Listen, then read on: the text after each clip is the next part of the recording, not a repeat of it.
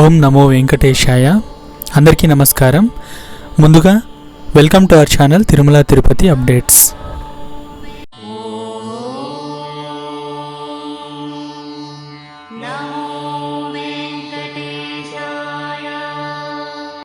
ఈరోజు ఏప్రిల్ 27, 2024 శనివారం.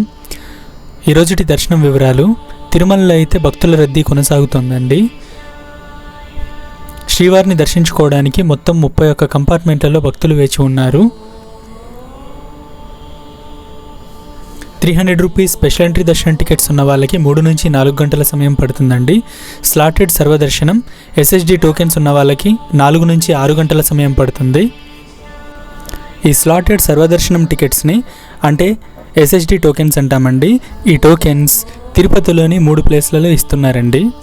ఆ ప్లేసెస్ ఏవంటే బస్టాండ్కి ఆపోజిట్లో ఉన్న శ్రీనివాసంలోను, రైల్వే స్టేషన్కి ఆపోజిట్లో ఉన్న విష్ణు నివాసంలోను, రైల్వే స్టేషన్కి బ్యాక్ సైడ్లో ఉన్న గోవిందరాజస్వామి సత్రాల్లోనూ ఇస్తున్నారండి.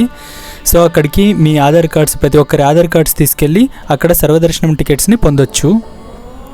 ఎటువంటి దర్శనం టికెట్స్ లేకుండా వెళ్ళే భక్తులకు 18 గంటల కంటే ఎక్కువ సమయం పడుతుందండి. నిన్నటి దర్శనం వివరాలు. నిన్న మొత్తం శ్రీవారిని 57,909 మంది భక్తులు దర్శించుకున్నారండి.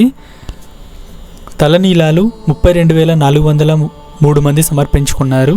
హుండీ కానుకలు 3,81,00,000 వచ్చాయి.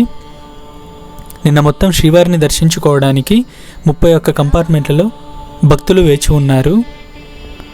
తిరుమల శ్రీవారి దర్శనానికి సంబంధించిన ఎటువంటి సందేహాలున్నా కింద కామెంట్ సెక్షన్లో కామెంట్ చేయగలరు.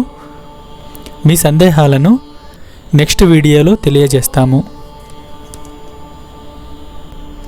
ఓం నమో వెంకటేశాయ. సర్వేజన సుఖినో భవంతు.